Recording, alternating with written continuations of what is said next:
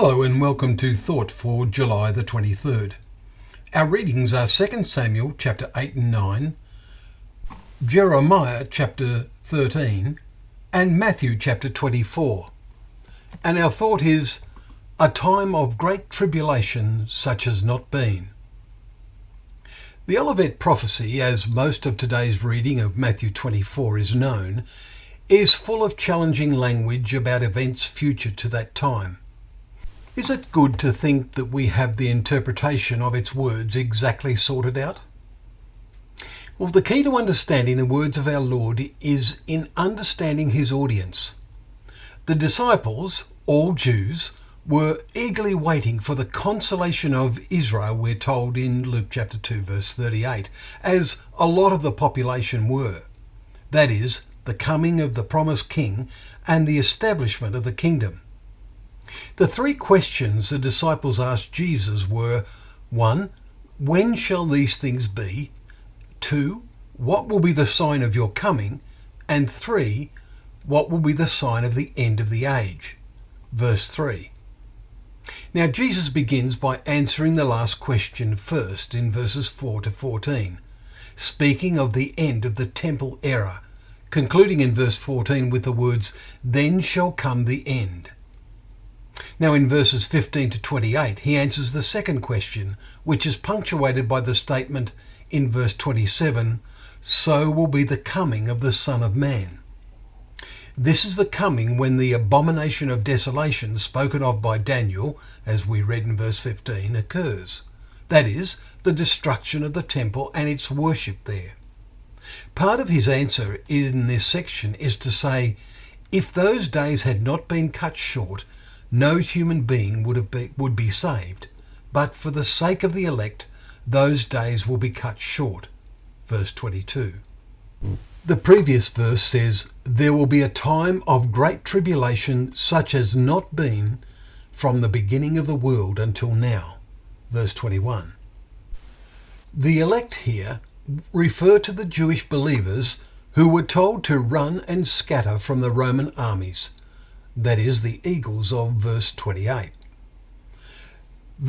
Between verse 28 and verse 29 of this chapter, we need to look at Luke's record to give us the beginning of the next answer to the first question.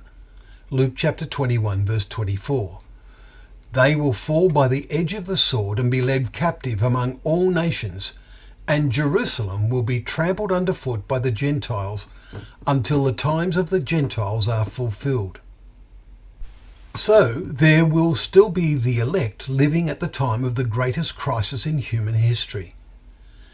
Matthew 24 and verse 31 tells us the angels will be sent out to gather the elect. Are the elect only the true and faithful believers that then exist? If so, we can compare this with the time of Noah, when there were only 7 God was willing to save.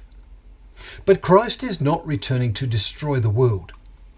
When we consider that Israel is also called God's elect, in Isaiah 42 verse 1, chapter 45 verse 4, Isaiah 65 verses 9 and 22, and they now exist again after 1900 years in oblivion, we are inclined to see the reference by Jesus to the elect as being primarily to them. See Romans 11 verses 25 to 28. It is for the sake of Israel that those days will be cut short, while the Christian elect will have been gathered by the angels. Jesus said, "The powers of the heavens will be shaken." Verse 29. If this is to be taken literally, is this the work of God or of man exploding nuclear devices?